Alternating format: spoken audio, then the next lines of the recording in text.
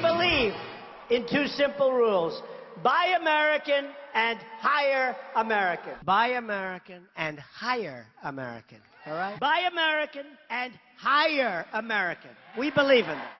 It was a big campaign promise, and now President Trump is poised to make good on it. The president is now traveling to Wisconsin, where in just a few hours he'll sign the Buy American, Hire American executive order. The event is at a tool manufacturing plant, which happens to be in House Speaker Ryan's district. The White House says the order will extend rules, making it tougher for companies to replace American workers with cheap foreign labor by minimizing waivers and exceptions to Buy American laws and targeting government guest worker programs to crack down on fraud and abuse.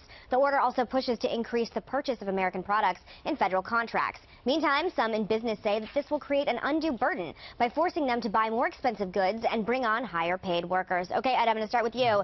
He won on domestic policy, making America great again. What do you make of this? What I make of it is that he should be doing this practically every day. I think the White House is adrift sometimes when he's not communicating about the economy. It is one of his strongest issues. It wasn't the campaign. It wasn't the transition. Think back to week 1, week 2, when he was sitting down not just with CEOs, but with union workers who helped elect him and talked about buying American, hiring American. I get that there are other issues. You've got to talk about health care. You've got to talk about national security. He's spending a lot more time on that, and rightly so. Yeah, but there's two when elements he's talking to about this, the economy, he's winning. Workers like to hear this, and many of them voted for him. But businesses have to deal with the fact that this could raise their labor costs at the end of the day, right, Dakin? I think that there's a little bit of pushback, but his rhetoric and him talking about this, like part of what he's talking about today, is to make sure that the H-1B visas for highly skilled workers are being used properly.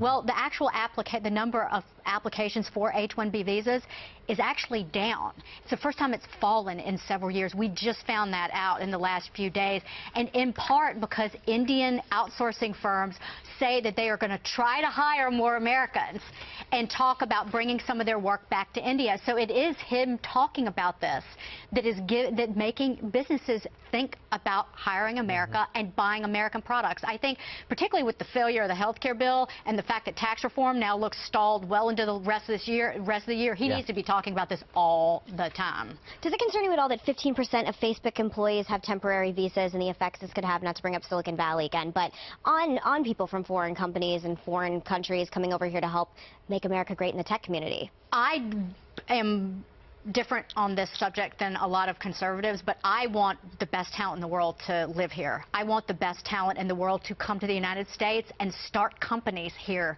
in the U.S. and create those very jobs. So I don't personally want to alienate the best and the brightest. However, the H-1B visa program has been routinely abused by outsourcing firms who bring people in here and undercut American wages and fire people, particularly people who work on like IT helplines. Well, and that's what the Trump administration has been saying about this, that it's supposed to cut down on the fraud and abuse aspect of this. And it was, to Sandra's point, it was sort of this message, and to Ed's as well, it was sort of this message to workers, this America First message that did allow him to flip some of those Obama districts and traditionally held Democrat districts, particularly the blue-collar ones, flip it into Republican hands. But I do think that the Trump administration can do a better job getting some of this positive message out regarding jobs, particularly in terms to deregulation. And he has done a lot by invoking even the Congressional Review Act, by spiking some things like the streamline protection rule, which would have essentially affected and I think eliminated 1/3 or some degree of that of coal mining jobs in this country that have already been hard hit under the Obama administration. So things like that, they need to do a better job